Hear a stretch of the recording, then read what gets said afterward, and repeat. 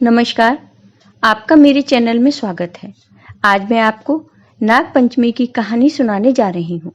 अगर आपको ये कहानी पसंद आए तो कमेंट बॉक्स में नाग देवता की जय अवश्य लिखिए। साथ ही अगर आपने अभी तक मेरे चैनल को सब्सक्राइब नहीं किया तो सब्सक्राइब कर लीजिए और बेल आइकॉन पर क्लिक जरूर कीजिए, जिससे हमारे वीडियो के नोटिफिकेशन आपको मिलते रहें। बहुत समय पहले की बात है।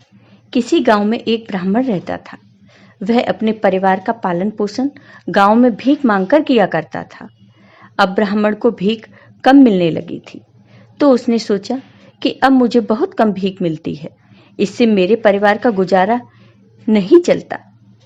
ब्राह्मण ने सोचा क्यों न राजा से मदद ली जाए।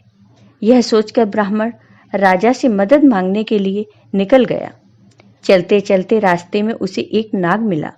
नाग ने कहा, ब्राह्मण देव, तुम कहाँ जा रहे हो? ब्राह्मण ने कहा, मैं राजा के पास मदद मांगने जा रहा हूँ। तब नाग ने कहा, एक भविष्यवाणी मैं तुम्हें बताता हूँ, क्या तुम राजा को बता दोगे? पर एक शर्त है कि राजा तुम्हें जो धन देगा उसमें से तुम्हें आधा धन मुझे देना होगा। ब्राह्मण इसके लिए तैयार हो जाता है। तब नाग कहता है कि राजा से कहना, इस साल अकाल पड़ेगा, इसलिए प्रजा के लिए जो भी करना है वो कर लो। फिर ब्राह्मण महल जाता है। वहां दरबारी से कहता है कि राजा से कहो कि एक ब्राह्मण आया है जो भविष्यवाणी करता है। राजा ने ब्राह्मण को दरबार में बुलाया और पूछा, बताओ तुम भविष्य के बारे में क्या जानते हो? तब ब्राह्मण ने कहा, हे राजन, इस साल अकाल पड़ेगा, इसलिए तुम्हें अपनी प्रजा को जो भी करना है कर लो। राजा ने भविष्यवाणी सुनी और राजा ने ब्राह्मण को कुछ धन देते हुए ब्राह्मण को विदा किया। वापस लौटते समय ब्राह्मण ने सोचा, ये ज्यादा धन नहीं है और अगर मैंने इसमें से आधा उस नाग को दे दिया तो मेरे पास बहुत कम रह जाएगा। यह सोचकर ब्राह्मण दूसरे रास्ते से अपने घर पहुंच गया। नाग के कहे अनुसार अकाल पड़ा। राजा ने पहले से ही इससे निपटने का इंतजाम कर लिया था, इसलिए प्रजा को कोई समस्या नहीं हुई।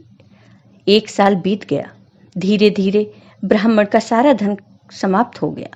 तब ब्राह्मण फिर से राजा से मदद मांगने जाने लगा। रास्ते में उसे वही नाग मिला। नाग ने कहा, क्यों ब्राह्मण, धन खत्म हो गया? तुमने आधा धन देने का वचन दिया था, लेकिन तुमने नहीं दिया। चलो कोई बात नहीं, मैं तुम्हें एक और भविष्यवाणी सुनाता हूँ। इस बार युद्ध होगा। राजा से कहना, जो भी तैयारी करनी हो अभी कर ले, लेकिन इस बार तुम्हें जो धन मिले उसमें से आधा धन मुझे जरूर देना। ब्राह्मण नाग को वचन देता है और महल की ओर चला जाता है। राजा ने ब्राह्मण को सम्मान सहित दरबार में बुलाया तो ब्राह्मण ने राजा को भविष्यवाणी सुना दी।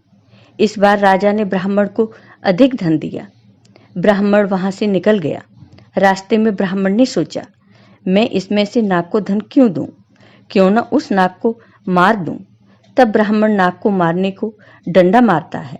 डंडे से सांप की पूंछ कट जाती है, लेकिन नाग बच जाता है। नाग के कहे अनुसार राजा का पड़ोसी राज्य से भयंकर युद्ध होता है, लेकिन राजा ने पहले से तैयारी कर रखी थी, तो राजा युद्ध जीत जाते हैं। इधर 2-3 साल बाद ब्राह्मण का धन फिर खत्म हो गया, तो ब्राह्मण फिर से राजा से मदद मांगने जाने लगता है। ब्राह्मण नाग से नजरें बचाकर निकलना चाहता था, लेकिन नाग ने उनसे देख लिया। नाग ने कहा, क्यों ब्राह्मण देव, इस बार मिलकर नहीं जाओगे? ब्राह्मण नजरें झुकाकर वहीं खड़ा हो गया। तब नाग कहता है, इस बार राजा से कहना कि इस बार राज्य में धर्म की स्थापना होगी, सब काम अच्छे होंगे, राजा और प्रजा सुखी रहेगी। लेकिन ध्यान रखना, इस बार जो धन मिले उसमें से आधा देकर जाना। ब्राह्मण ने फिर से नाग को वचन दिया। ब्राह्मण महल में पहुंच गया। राजा ने ब्राह्मण का खूब सम्मान किया और पहले वाली 2 भविष्यवाणियों के बारे में उसे बहुत धन्यवाद दिया। फिर राजा ने भविष्य के बारे में पूछा। तब ब्राह्मण ने कहा, राजन, इस बार धर्म की स्थापना होगी, सब सुखी रहेंगे, सब काम अच्छे होंगे। राजा ने ब्राह्मण को बहुत सारा धन देकर विदा किया। तब गांव पहुंचकर ब्राह्मण ने सोचा, राजा ने थोड़ा धन दिया तो 1 साल में खत्म हो गया, फिर कुछ ज्यादा दिया तो 2-3 साल में खत्म हो गया। मैंने नाग के साथ गद्दारी की सो अलग। यह सोचकर ब्राह्मण सारा धन लेकर नाग के पास गया और नाग से 3 बार का धन लेने को कहा। तब नाग ने कहा, हे ब्राह्मण, जब अकाल पड़ा तो तुमने रास्ता बदल लिया और जब युद्ध हुआ तुमने मेरी पूंछ काट दी। सबने मेरा बहुत मजाक उड़ाया। अब जब धर्म की स्थापना हो गई तो मैंने भविष्यवाणी की थी कि लोग अच्छे काम करेंगे। देखो, तुम भी धर्म के मार्ग पर चलने लगे। हमें धन की क्या जरूरत? तुम इस धन को अपने साथ ले जाओ और खुश रहो, लेकिन कभी भी किसी को धोखा मत देना। तब ब्राह्मण नाग को धन्यवाद देकर अपने घर लौट आया और ब्राह्मण ने प्रण किया कि वह कभी किसी को धोखा नहीं देगा। जय हो नाग देवता की। आपको ये वीडियो पसंद आया हो तो कमेंट बॉक्स में कमेंट करके जरूर बताइए। साथ ही मेरे वीडियो को ज़्यादा से ज़्यादा शेयर करिए। धन्यवाद।